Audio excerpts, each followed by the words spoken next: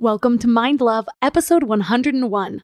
Today's episode is all about how to carve out a life you truly love, even if you have no idea what to do with your life. I'm obsessed with pattern recognition in my life and the life of others. I think from everything from working out what you want to do, there's ways to do that with pattern recognition, to working out how to make it work without getting lost in like the 1001, be a version of me copycat formulas out there. Like, how do you know which of those is right for you? The answer's down to understanding your own patterns. I think we can take control of our lives so much more effectively with just understanding that. Turn up your frequency with Mind Love. Bite-sized brain hacks for seekers, dreamers, and doers. It's time to give your mind a little love with your host, Melissa Monti.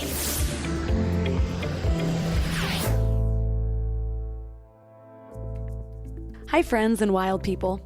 First off, if you haven't subscribed to the podcast yet, please hit the subscribe button. More subscribers means even better guests and tons more value. Plus, it helps me grow the show so more people can find it. And if you ask me, everyone could use a little more mind love. Hello, friends and wild minds. So part of the reason I love the term wild mind is because I think we all can relate to our minds getting a little crazy sometimes. But also, what do you do with something wild? You tame it. And how do you tame something? With love. You don't beat your dog into submission. At least I hope not. And if I find out you do, I will find you. You give it love. You lead by example, and that is what is reflected back to you. So that's what we do with our minds. We give it a little bit of love, and our minds start to work with us rather than against us. But one thing I know for sure, we can do all the inner work in the world, but if we're not taking actions to align our lives with the changes going on inside us, we're still gonna feel dissatisfied. So this episode is for all of you out there that are stuck in a job or a career or even a life that you don't love. Maybe you keep hearing about people quitting their jobs to pursue their passions, and you're like, well, maybe that works for them, but that could never work for me. I have bills and a family to support, and truth be told, I don't even know what else would make me happy. And that's not even considering all of the time and effort that you've invested into this one career path. So how are you supposed to let all of that go? Well, first of all, let me say, I get it. It wasn't that long ago that I remember hearing people say, oh, just follow your passion or find a job you love and you'll never work a day in your life. And I would just sit there thinking, I have no idea what my passion is, so what action am I supposed to take? And worst of all, I felt alone because it seemed like everyone around me had at least some idea of what they wanted to do, even if they weren't pursuing it yet. And for me, it seemed like right when I started to get traction within a job to really know my position, I seemed to get bored. Maybe it was after a couple of months, maybe a couple years tops, but then I just wanted to move on. I wanted to move to a totally new kind of job with new challenges, which, as we all know, is not great for a resume. Can you relate to that? Have you ever felt that before? And be honest, because you are the only person that you're admitting this to right now. Well, I know that a ton of you can relate, and I know this because, well, I surveyed you guys, and I read your emails and your DMs on Instagram, and sometimes when you follow me, I even check out your feeds. Well, I wish I would have known how many people felt exactly as I did when I was in the depths of it, because it was lonely, and I felt like something was wrong with me. Like maybe I did life wrong and I should be more in tune with what really lights me up by now. Or maybe if I had stuck to something just a little bit longer, I would have more clarity. Well, if this sounds like you, first of all, there's nothing wrong with you. We aren't taught this stuff. We're taught to fit in and match these academic standards of math and writing and reading books that don't really affect our lives at all. And when our uniqueness shows, we're often called weird for it. So first, know you are not alone. And second, there's still time. There's always time. And I want to read you something for a little perspective from Goalcast. Samuel L. Jackson didn't get his big break until he was 43. Julia Child released her first cookbook at age 50. Stan Lee, the godfather of Marvel Comics, didn't create his first comic until 39. Vera Wang wanted to be an Olympic figure skater and didn't even enter fashion until age 40. Momofuku Ando, we can thank for helping us survive college. He was the inventor of instant ramen noodles, and he didn't invent those until age 50. Colonel Sanders of KFC didn't franchise his company until age 62. And yes, he is a real guy, not a cartoon character. Isn't that amazing? It really just goes to show you that you can make a pivot at any time in your life. And if you already realize that the path you're going down isn't leading to happiness, then the only risk is staying on that path. Our life paths should not fit a standard. Most great things don't fit a standard. It's the things that fall out of normal that create greatness. There's a reason that it's called extraordinary. But that brings us back to logistics. How do we step out of the ordinary? Today we're talking to Marianne Cantwell. She was a digital nomad before there was a word for it. She was one of the first to start writing about quitting your job to forge your own path. And in this interview, we're going to learn some unconventional but really practical steps to find or create a career tailor-made for you and the life you want to live. And a little teaser that does not always involve quitting your job. So, 3 key things we will learn are how to know if you really should quit your job, how your anxiety can be a gift in your decision making, and an action to start right now that'll give you clarity on what you really want to do with your life and possibly change your whole life within the next 90 days.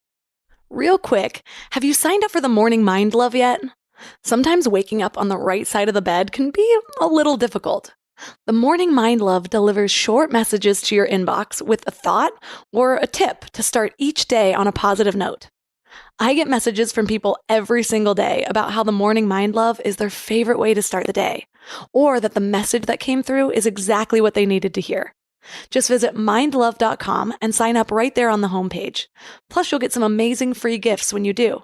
You'll get a free guided binaural affirmation meditation designed to rewire your brain to your highest self. And you'll get one of my favorite tools, a really cool booklet of power lists to help you gain clarity and live with intention. And it's all completely free.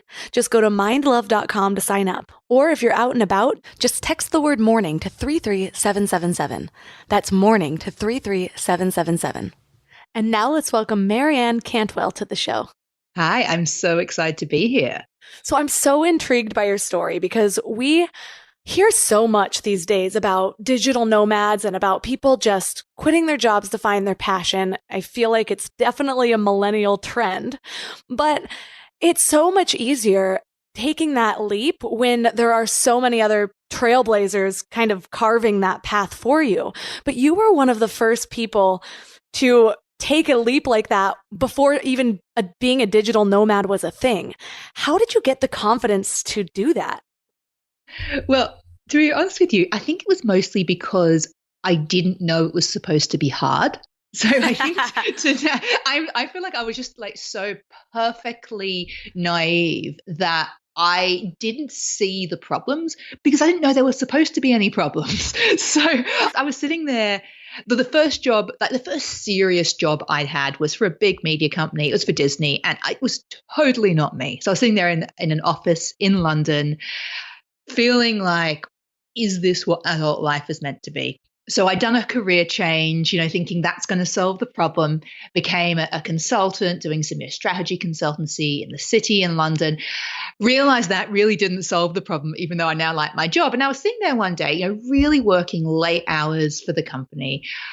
And I started thinking, with the amount that we're billing our clients, if I could even get a small percentage of that myself without having to be on salary or give most of it to the company, I could be making a full-time living. It just didn't seem that hard because of the amount I could see that we were billing people usually. And so I thought, well, I guess I could just do that.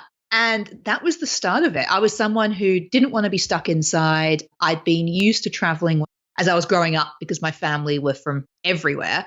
And so to me, it was almost like this logical decision. I didn't know it was meant to, that as today people talk about as a really hard thing, I just saw it as a logical next step.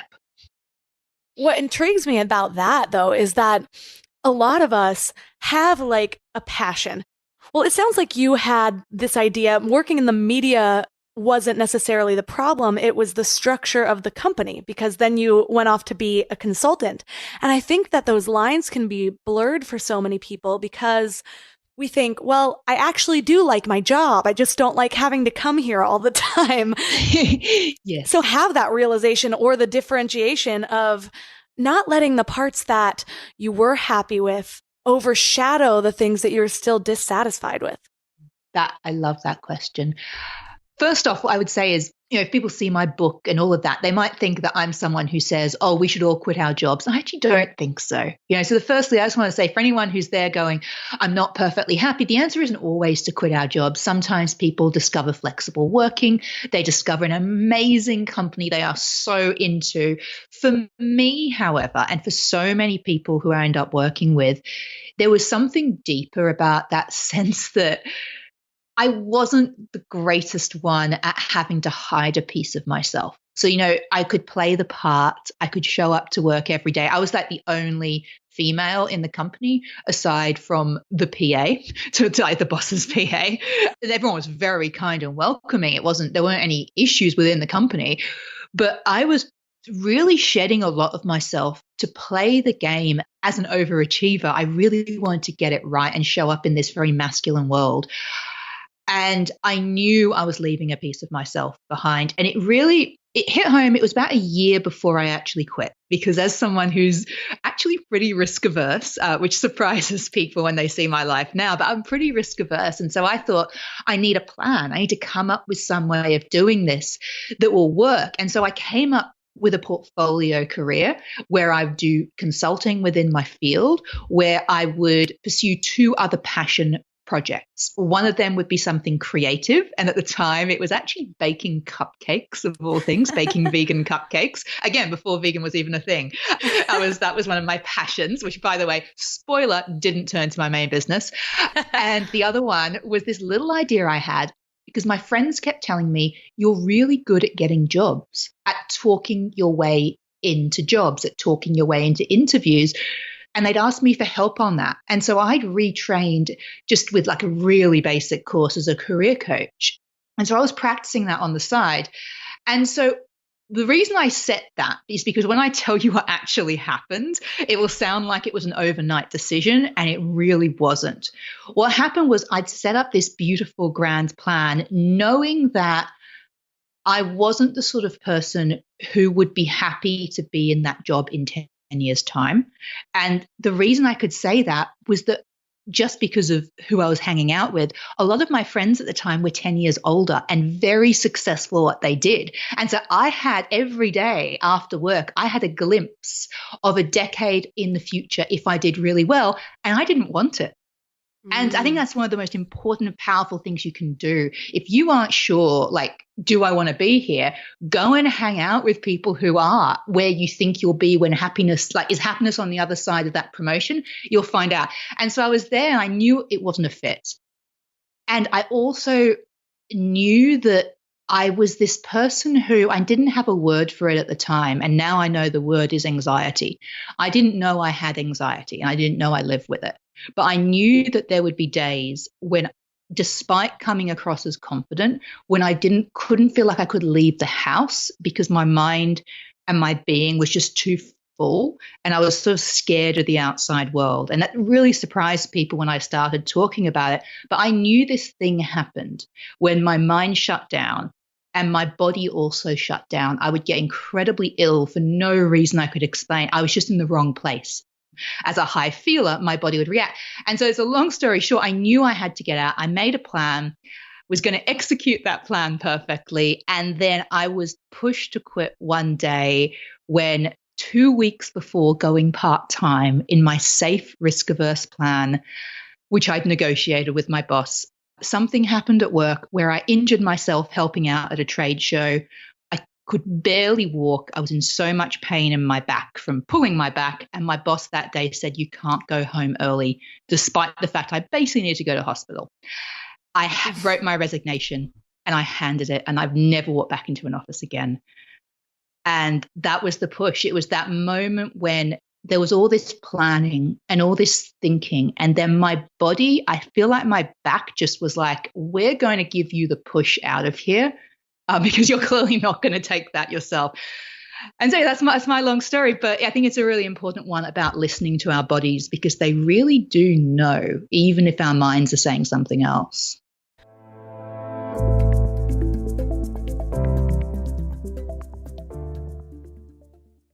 Before we go deep today, I want to give you a little gift, and I want to give it to you every single day. It's called the Morning Mind Love. I know how life can be. You're all fired up after an inspiring episode, and then a new day or a new challenge comes at you, and it's just hard to keep up that energy. Well, the Morning Mind Love is kind of like an oracle from your higher self to help you start each day with a positive focus. Plus, when you sign up, you get 2 free gifts, a 30-minute binaural meditation and 30 days of journaling prompts to help you remember who you truly are. And it's all completely free. So join over 9,000 people and go to mindlove.com to sign up, or text the word morning to 33777. You know what's crazy? After all these years of hosting Mind Love and talking to some of the world's leading experts, one of the biggest eye-openers for me has been just how much our gut affects, well, everything. When my gut feels good, my mind feels clearer, my intuition is stronger, and I just feel more balanced. And that's why I'm excited about Zoe, a science-backed nutrition company that is totally changing how we understand our gut health. They've created the most scientifically advanced at-home gut test and built the world's largest microbiome database. So when you get your results, you're not getting generic advice. You're getting insights about your body that other companies just don't have the data to provide. There's also just so much misleading health information out there. Food companies even pay influencers to promote ultra-processed foods as healthy. And that's why I love that Zoe relies purely on science. Real science. The randomized controlled trial showed that participants were 4 times as likely to report better sleep and more energy, all thanks to the info from the largest microbiome database on the planet. So go to Zoe.com and find out what Zoe membership could do for you. And because you listen to Mind Love, you can use the exclusive code MINDLOVE10 to get 10% off membership. As a Zoe member, you'll get an at-home test kit and personalized nutrition program to help you make smarter food choices that support your gut. That's Zoe.com. Use MindLove10 at checkout. Trust your gut. Trust Zoe.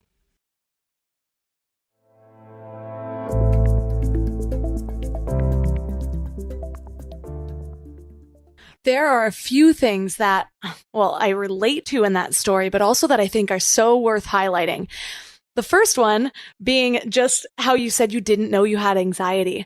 There's something I've been experiencing in the last few years where I just realized that I don't have anxiety in the same way that other people do, or at least as what was explained that anxiety was to me. So for me, when I get anxiety, I just kind of feel scattered and restless, but it's not like I'm like getting all uppity and nervous and whatever. But when I started journaling, I actually realized, wait, all of these times that this happens, it's when I'm actually anxious about something. So this, I think, is how my anxiety plays out in my body. And so for a lot of us, we just feel like a failure, or we feel like we aren't smart enough to, or strong enough, or driven enough to follow through on the next thing, when it might just be your way of handling anxiety.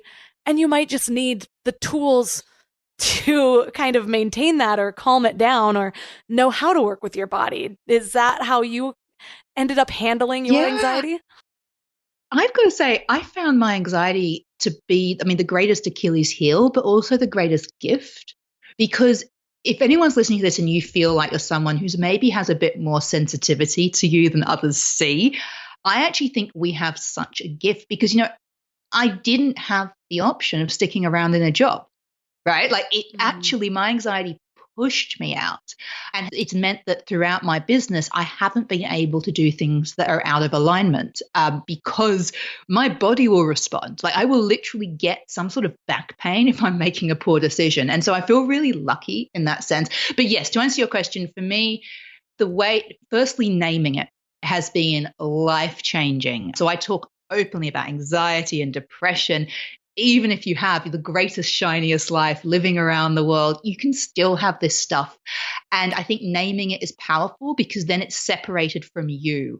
It's a thing that you experience, and that you manage just the way you might manage occasionally getting a headache. Like, you'll minimize the time it happens. You won't tell yourself you're silly for doing it. Like, you just kind of deal with it. And honestly, since taking that approach and since taking it seriously, like going, hey, you know what? When I exercise regularly, I don't seem to get anxious. Like, these sort of things have really been super helpful. But, back in a job when you're trying, well, my experience was I'm trying to fit in. I'm trying to not get it wrong.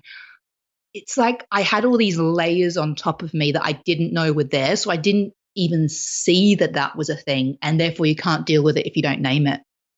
It's so true. An episode I did just a few weeks ago was with an Olympian, Sarah Wells. And what struck me was she got injured and she had to sit out of this thing she had been working a lot of her life for. And so I was asking what she did in this time frame, and she was still logging all of these things, logging improvements, doing like basically case studies on her own body. But what that made me realize is that with a lot of the great people that I've talked to, the people that have achieved excellence in a way or another, they don't just live their life. They do what they can to notice patterns, and that helps them to manage and to direct their lives in a way that not everyone naturally does. And so that's something that's really changed the way that I work. And I'm like, right now, I've been logging basically my cycle and saying, I feel creative today, day 4, day 5, this. And so I can actually see, so I don't sit there and beat myself up on day 12 because I'm randomly moody and I don't think I should be PMSing, when I'm like, wait, around this time, I'm always a little bit moody. Just be okay with that and know what I need for myself in order to move through that so that I don't end up taking it to some extreme level and it takes control over me instead. Melissa, I love this because I'm laughing as you say it, because I do exactly the same thing. So there's one day a month where I'm actually a crazy person. And so it's really good to know. And by the way, it was yesterday. So good scheduling this today. It's really good to know that. But the other thing is that I was laughing because something I say to all our clients and readers is the word pattern recognition. Like, I'm obsessed with pattern recognition in my life and the life of others. I think from everything from working out what you want to do, there's ways to do that with pattern recognition, to working out how to make it work without getting lost in like the 1,001, be a version of me copycat formulas out there. Like, how do you know which of those is right for you? The answer's down to understanding your own patterns. I think we can take control of our lives so much more effectively with just understanding that. So I'm so glad you raised it.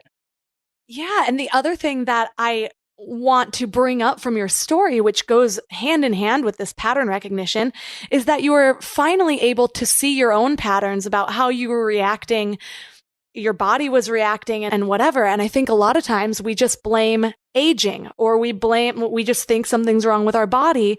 We accept it. We cover it up with a prescription or whatever it is, when these aches and pains or whatever it might be are serious ways that our body is talking to us and giving us signals that maybe it is time to take the leap.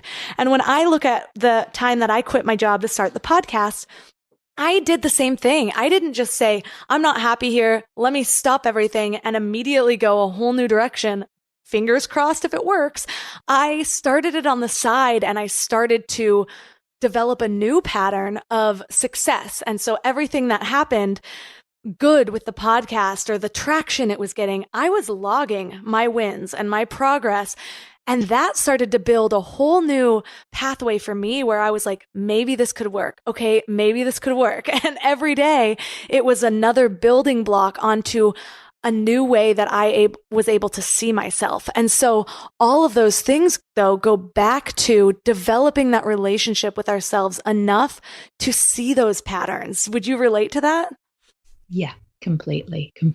I think that either going and becoming your own boss or exploring it, even in side projects, is one of the best self-development things you will ever do, because this is the stuff that comes up and this is stuff that we have to deal with and we have to start to learn about ourselves. It's to me, actually, while I am so all about the freedom and the fulfillment and the fact you can live your life when you're free range, as I call it, actually, I also kind of think it's a really clever way to get those of us who would never have looked at personal development before to actually look at it. So I kind of see my book as, I call it stealth self-development. People pick it up to change their life, and they seem to learn a lot about themselves in the process. So I definitely agree. I love that. And also, it does go to show you that it's not just that we're these millennial rebels who are just living for ourselves and trying to do whatever. It's that we are evolving as a species, and we're realizing that we have more access to things than we used to.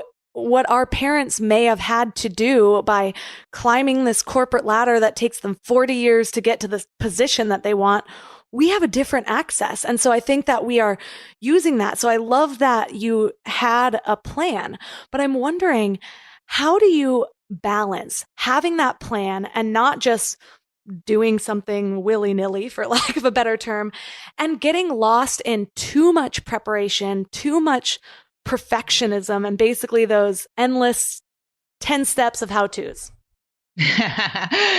Perfect question, because as you probably guessed, I'm definitely a lifelong perfectionist. So I was, the kid at the top of the class, total geek. And so, I'm definitely someone who naturally would love to read about something for a really, really long time.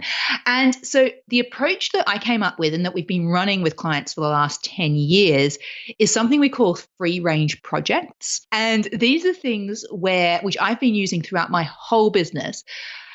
Instead of saying, I'm going to either research this for a year or I'm going to dive in without thinking, you take this middle ground where you run a 30-day project.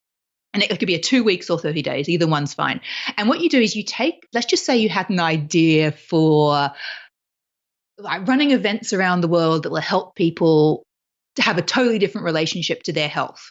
And you have this vision, and every moment you think of it, the vision grows. I'm sure this is familiar to some people. So, it starts out with, I'd like to run a retreat. And suddenly it's like, oh my gosh, and I could have this app that would do this stuff. And you create this huge vision, and you don't have the ability to execute on that vision.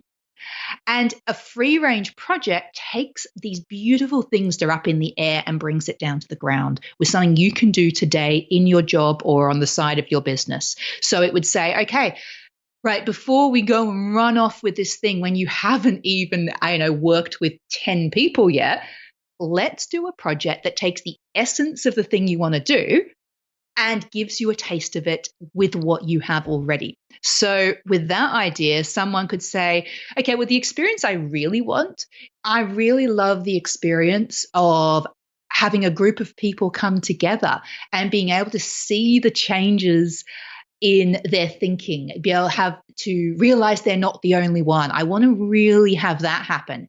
And I'd say, okay, great, let's work out how in the next 2 weeks you can get 6 people together, either in your home or in a spare room of the cafe down the road, whatever it might be, something really simple. Get 6 people together and run something like that, not with a month of prep, not with a big brand launch, not with a website, but I need you to get that experience of doing the thing that you're dreaming. And the reason I'm so excited about this is that genuinely this changed my life massively, and I've seen it change other people's lives. Because in that room, what ends up happening is you end up realizing which piece of this is really you and which piece of this is your ego, which piece of this is a little voice that says, in order to be enough, you have to do it in this way. So the person might be in the room and realize, wow, I thought that this was all about me running the show in this way, but it turns out there's this tiny piece on the side when I start talking about, say, physical health that everyone gets really excited about. And I thought I had to do mental and this and that. People are really interested in these practical things. Right now I know which piece of this to look at. And so suddenly we have information. Suddenly you're someone who's done something, not someone who's talking about it. And then you can build on it with another project. So you go back, you analyze what worked, what didn't work, what did you love, what didn't you love, and you run it again. And I really believe, and actually I know, that free range careers are grown through projects, through one project and another and another. Does that make sense?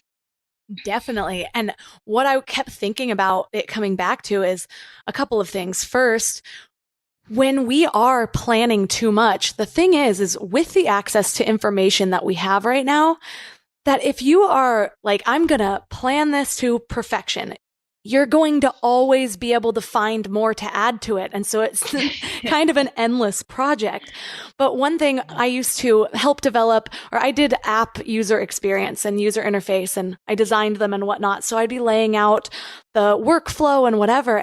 Or when I first started, I would look at these apps and I was like, well, it could have this feature and it could have this feature and it could have this feature. And very quickly, what you realize is what my very first boss in that position told me was like, yeah, this is all great. That would be a magnificent app, but we have to start somewhere. And so you start with what in the tech world they call the minimum viable product, which is the bare bones. Basically, the app needs a login and it needs to like calculate your calories or something, whatever it is, or it needs to swipe yes on a hot guy, like, so whatever.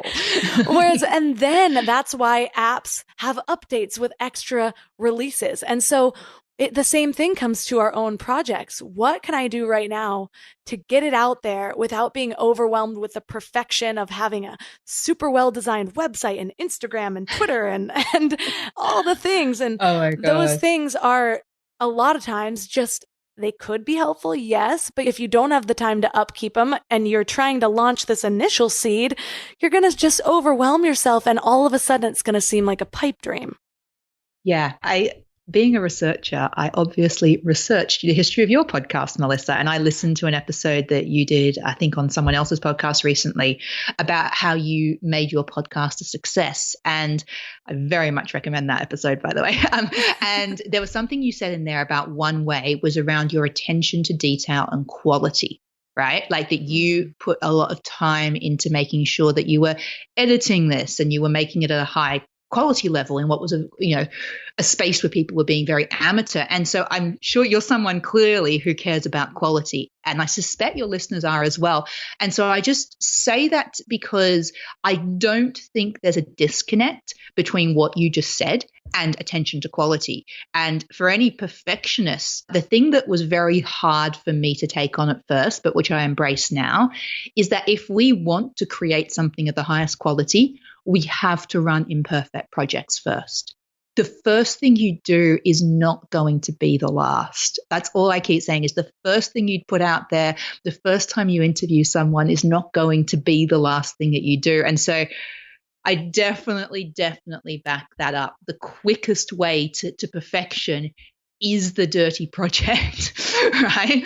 And the other thing I always say, just in case, again, for perfectionists, was I used to think that as soon as I put something out there, the whole world would see it.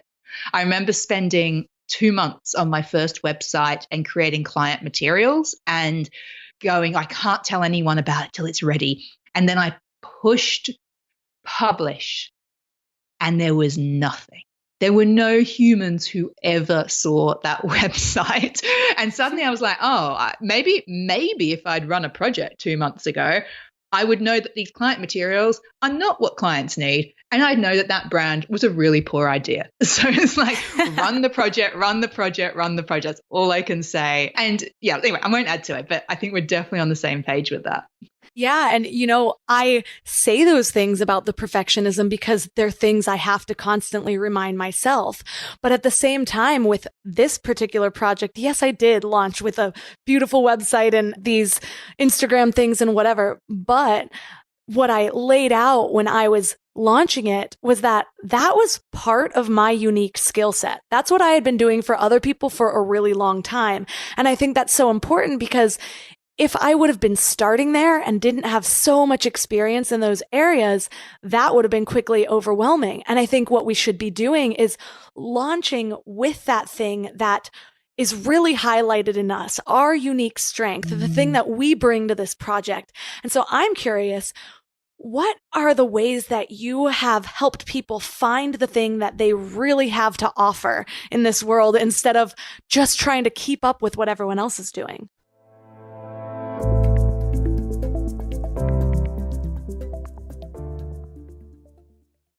You know what I love about the start of a new year? It's kind of like opening a fresh notebook. 365 blank pages just waiting to be filled with your story. But sometimes we get stuck trying to write that story alone.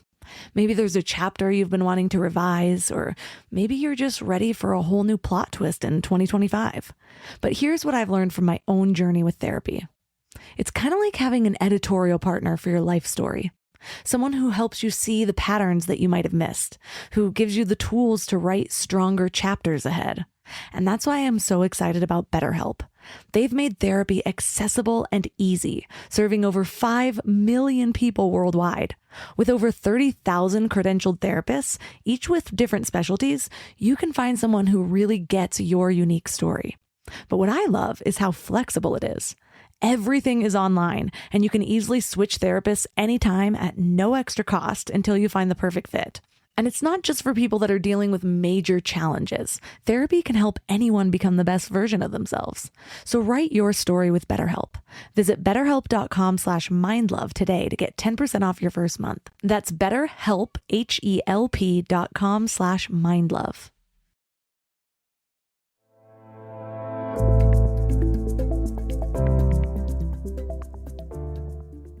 What are the ways that you have helped people find the thing that they really have to offer in this world instead of just trying to keep up with what everyone else is doing? I think it's a combination of free range projects, so the action, the down on the ground action, with the other prong of free range humans, which is a deep understanding of your personality and what we call your superpowers. And this combination is kind of magical. So what you are bringing to the table, even if you're going to launch a podcast just like Melissa's, or if you want to do something just like me, there is absolutely no way, as you know, that you would actually do it just like us. And so the first thing that I get people to do, if they're looking at an idea, if they're looking at someone else and saying, oh, but I want to do something and there's already someone out there doing it, is I'd say, if you were given that business today, what would you do differently? What's one thing that maybe you wouldn't keep? What's one thing that you'd add? And I can tell you, everyone has an answer. And so that's the first thing. So I get people thinking creatively by saying, hey, instead of saying, I wish I had it, say, what would I do differently? So it might be, oh, well, actually, I'd make it for more this sort of person, or I'd make it more playful, or I'd do it in a more serious way. And you suddenly start getting these differences. The next part is when you start looking at yourself. So you're looking inside rather than outside. So we use a whole bunch of techniques for this. So a lot of them are in the book. So one of them is I encourage people to do a variety of personality profiles. And I say a variety because you don't get super obsessed with one and be like, oh my God, that's completely me. It's like, no, you do like 3. Like, I love a good personality profile. I've done like so many. We do. And you're right. And you put them in a pattern recognition starts. You put them out in front of you. You're like, what are all these saying? And where I love to get people to dive in is into the bits when they read something in a profile, like of the ones we recommend, and they say, oh, that's disappointing. That's very interesting. So I always say, highlight the thing that you are disappointed by. What do you think is not enough? And what do you think is too much? I think that's where a lot of our barriers come from. We think what we bring to the table is either too much, too big, too loud, too silly, or it's not enough. It's not shiny enough. It's not useful enough. And when we look different profiles, and I love profiles, they're a way of using other people's language to explain ourselves back to us. We look at those and someone says, oh, well, someone of that profile could never make something work. I'll go, that's interesting, because people of all types make something work. So which piece of you right now do you not think is enough? And which piece do you think is too much? Let's make sure that's included in your next project, because guess what? That's going to be the thing that makes you take off. So I always say your weirdness is your edge. The thing you have shame about yourself, the thing you think is going to be the problem, is usually the thing that makes you shine. To give you a quick example of this, I had one client early on who was an extreme introvert, but who was also really quirky in her own way. So she loved playing with systems, with tech, with like just putting her sock drawer in order, like literally putting her sock drawer in order, but also putting like virtual sock drawers in order, like reorganizing things on her phone, whatever it was. And she also had like this sort of like quirky side to her, but she kept thinking, I have to be this massive extrovert who goes out networking, who is really front of house in a brand, who is doing all these things that aren't just me being boring and organized. And I remember her saying, I wish my brain wasn't like this. And so through a project that she ran where she actually helped someone else out with their business, she came back and said, I can't believe how useful my brain is to someone else. When she wasn't layering on, she had all these crazy big ideas, but when she went off and did the things she couldn't help but do, she was like, this is crazy. This completely works. And today she has something that's almost 10 years old that has had several forms where she is super in demand, helping people out with their web tech and doing it in her quirky, creative way. And I think that's an example of one question I think everyone can take with them, which is, what is it that I can't help do? What's the thing I can't help do when I'm not telling myself that's not enough or that's too silly? And run a project that uses that. Run a project that puts that in it. And I challenge you to not get something from that. That's amazing. And I have an interesting example of this as well. I was on a coaching call with somebody and she kept saying, like, I'm worried about starting my own thing because I seem to always find the easy way out, or like I'm kind of hacking my way to the solution or whatever it is. And she was ashamed about it. Like she wasn't putting her all in things. She would just do whatever it took to just get it over with. And as she was saying this, I was asking for examples of what she did this in. And she gave me a few of different projects. And I started to think that sounds exactly like me, only I have a very different mindset around it. I have always done the same thing. I would find the little avenues and the side doors around to the solution as fast as possible. But for some reason, maybe it was my upbringing, maybe it was just my view of myself at the time, but I was really proud of that. And I remember getting a job somewhere, first as the social media person, and everyone was calling me the chief of efficiency because I was going through and making everyone's processes way faster. And so with this shift in mindset, I was like, you have those exact same qualities. You just choose to have shame around it, while I chose to be proud of those and to see them in a new light. And the moment that you're able to do that, you start to then fill the gaps and see where those can be your strengths instead of your weaknesses. So I love that you brought that up. Beautiful example. I love that. So I'm wondering, when you first started, you said that you didn't have basically people telling you that this didn't seem realistic or this couldn't be done. And so you didn't have the fear that maybe some people might have, because, whenever there's a new trend, you'll have all these articles telling you it's possible and then all the clickbait articles telling you why it's not. So it just depends on which ones you choose to highlight. But I'm wondering, how do you now define realistic? Because some people have a hard time seeing their dreams as something that they can actually accomplish. Oh, gosh, that's one of my pet topics, Melissa. Realistic. If you think about it, when have you heard people use the word realistic? In what context?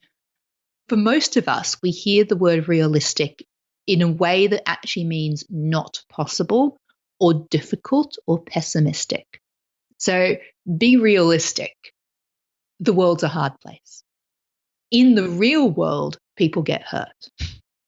You go away on a beautiful vacation. And I don't know if this is a British thing. When I was living there, I heard a lot when people would say, oh, back to reality at the end of a vacation. I don't know if you guys get that, but Yeah, I heard that all the time. You do? Yeah. Yeah. And it's like, oh, back to reality. And I was like, and I remember thinking at one point, have you just been living in a hologram for the last week on vacation? Like, is that not real? Like, I was like, how? I remember even before I did all this, I'd get really weirded out because I'm really about accurate language use. And I'm like, it is real. That was real. Is this not real? What? And so I would say my view on the word realistic is that it has been co-opted to mean things it doesn't mean. If we want to talk about reality, we have to talk about what is possible for us here and now, what is available to us. So let's just give an example away from this world for a sec, just to really drive this home. If you're out living in a city like LA or wherever, and someone says to you, well, in the real world, there's bad people out there, something to think about is, in your real world, you've probably walked out the front door this week and you haven't been mugged. right? Like that's probably that. I mean, and apologies to anyone who has been, but like, in most of your days, you haven't been. That is your real world. In your real world, there is mess and there are problems. Those are also true. But to only apply the word realistic to the mess and to the problems actually denies reality. And I would say it's such an important practice to get into, is to say, when someone says to me, well, back to the real world now, I actually make a joke and I'm like, oh, so are you living in a hologram for a week? Haha. And I just do it in a way that gets people laughing and questioning it. And the more you redefine that word, the more power you have. So, coming back to what we're doing, the way I see realistic now is it's meant to be a neutral word that describes what is. And you know what? Sometimes if someone says, I'm sitting here in an office or a business that I don't love and I have this grand idea to change the world, I don't know any of those people. I don't have any traction. This isn't within my superpowers, my strengths, my skill set. And I want to execute this by next month. I don't want to be like a downer here, but I don't think that's realistic, right? Like I'm like, and I think it's very hard in the self-development world because sometimes you say something like that and people are like, oh no, but anything is possible. I'm like, yeah, but it probably isn't realistic, is it? Like it might be an interesting project to work towards because you'll learn. But let's look at what's realistic. What's probably realistic is that person can probably think bigger than they had been. They can look at something they want to achieve down the line. They can put a date on it and they can start to take action. Is it going to happen in 2 weeks from a zero standpoint? The odds are low. It doesn't mean you shouldn't make a project of it. So this is where you can start to have these honest conversations with yourself that don't drag you to like being stuck on the ground that you can't move, but equally important, they don't give you, I don't know how to describe this properly, but give you that sense of almost floating out of your head. You know, when you have this crazy idea that's not grounded and it's like it's above you and you're swimming in the clouds, there's no way of getting down to the ground. Or if you're in a spiral of loads and loads of new ideas and every week there's a new one and nothing gets done, that is when we need the other side of realistic. Does that make sense? Like it's not that realistic is good or bad. It's that it's neutral. And if you're up in the clouds, nothing gets done. And if you're laying on the ground thinking the world's a bad place, nothing gets done. So I would say, to me, free range is in the middle of those, where you go between the two as needed. Yeah, that makes perfect sense. And what I'm really getting from that is, first of all, there is an importance in just positive psychology. It brings back to positive thinking where, like, yes, realistic isn't just highlighting all of the negative things because those things stood out to you so much. And I know so many people who have a tendency to do that. And I might have been one of them at certain lower times in my life. And I've realized that what positive thinking does is it just, yes, it sees the bad. It might understand, yeah, don't walk into a dark alley late at night, like recognize those patterns, but at the same time, don't think that you can't ever walk down an alley, in a good area or go where your car is parked in the alley because life is too scary. Like that's going to hold you back from a lot of different positive risks that actually help you to push your own boundaries. And at the same time, it's like also you can dream big, but you have to ground those things from in the clouds, in your head, down into real life and start to lay out a plan for yourself. Because otherwise, if you're like, okay, I'm going to launch the biggest conference in the world next month, you're going to fall flat on your face. And then all of a sudden, that's going to be in a negative pattern, like risks aren't worth it. Absolutely. And you know what? You made me think when you said that about travel and how travel is such a thing that people associate the word in the real world is harsh. And in reality, for example, a woman can't full-time travel by herself. Like I did that for years and I had to change the game on it and say, instead of saying, well, the world's harsh out there, and say, actually, in a country like America, you're probably in more danger day to day. If driving in a car, you're in more danger than you are backpacking in mainstream parts of Asia. Like it's just a fact when we look at fatality rates from motor vehicles, yet we don't tell ourselves. This is why we have to realize it's just a story. You don't tell yourself I'm not getting in a car because statistically that is a less safe choice than getting on an airplane, which FYI it is. And so as soon as we rewire that these are stories and we can choose within the reality that's there. It's not that we're saying the world is like a problem-free place. It means that we're back in the driver's seat again. That makes perfect sense.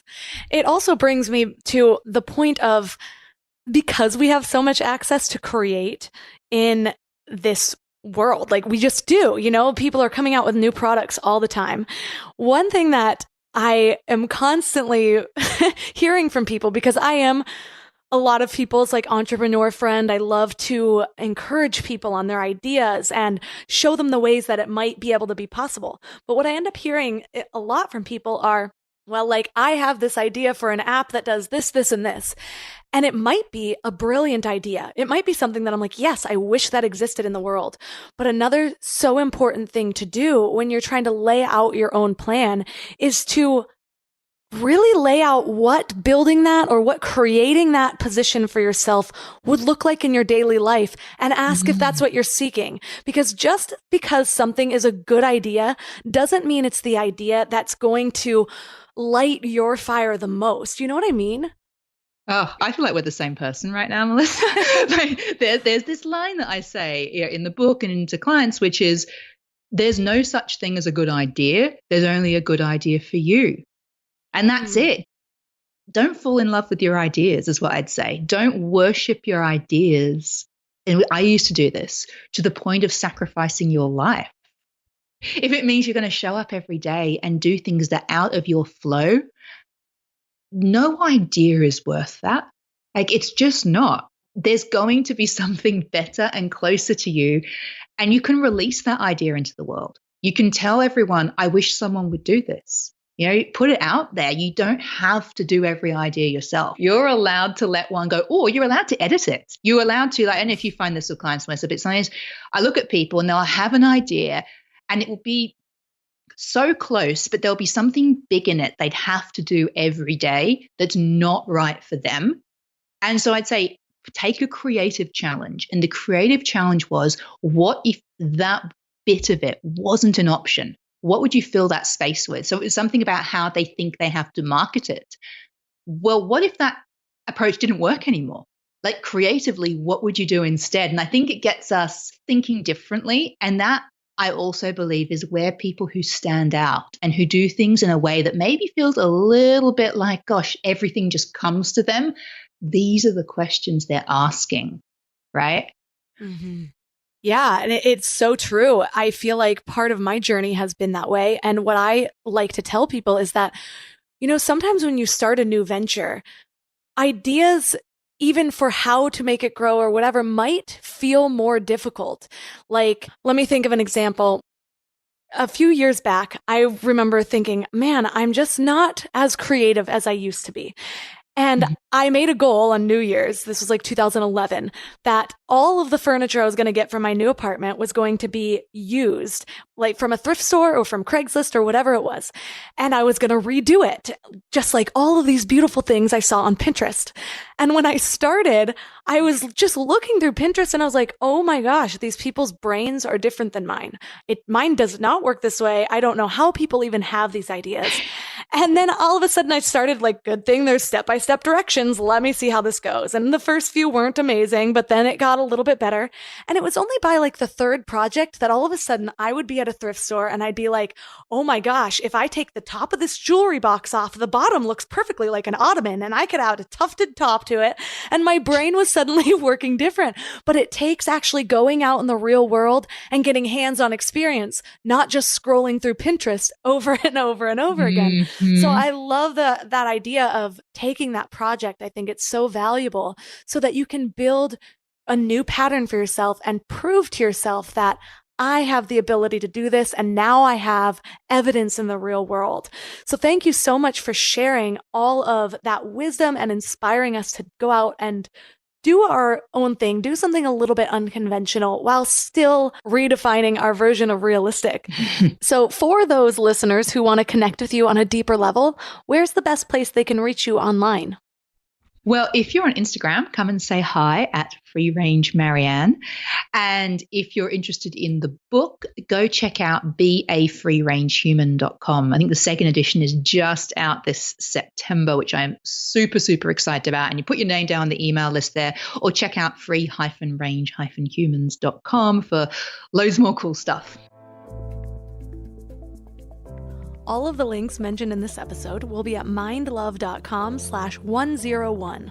Geez, I can't believe we're in the hundreds already. That's crazy. I remember when I first started Mind Love, and I was in all these podcasting groups, and I would see podcasters posting about their 100th episode, and I just thought, I have honestly never had the stamina to do anything that long in my entire life. But that really goes to show what happens, what changes happen inside of you when you find something that you really love, that you're really connected to, and that you believe in the mission. So for those of you who are inspired by this, I want to know what your biggest takeaways were. I want to know what actions you're inspired to take. So connect with me at MindLoveMelissa on Instagram and tag me. Tell me what you're doing. And I'm going to be sharing some of those stories on my story so that you can all see and be encouraged by each other's action.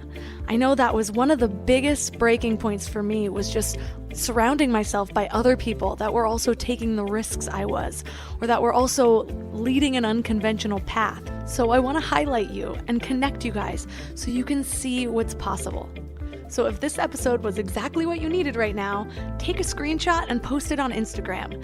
Tag MindLoveMelissa and Free Range Marianne. Or if you know of a friend or a family member who's just miserable in their job, send this episode to them. Funny enough, it was podcasts for me that really showed me what's possible and showed me that there was another way. And without that, I don't know if I would have ever connected to people that were doing something unconventional. And I'm so glad I did. My whole life is different. And I want that for you guys too, because I cannot even express how different it feels and how much life has opened up. Don't forget to rate and review the podcast. And thanks for giving your mind a little love today, and I'll see you next week. Thanks for tuning into Your Higher Frequency with Mind Love. Head to mindlove.com for a free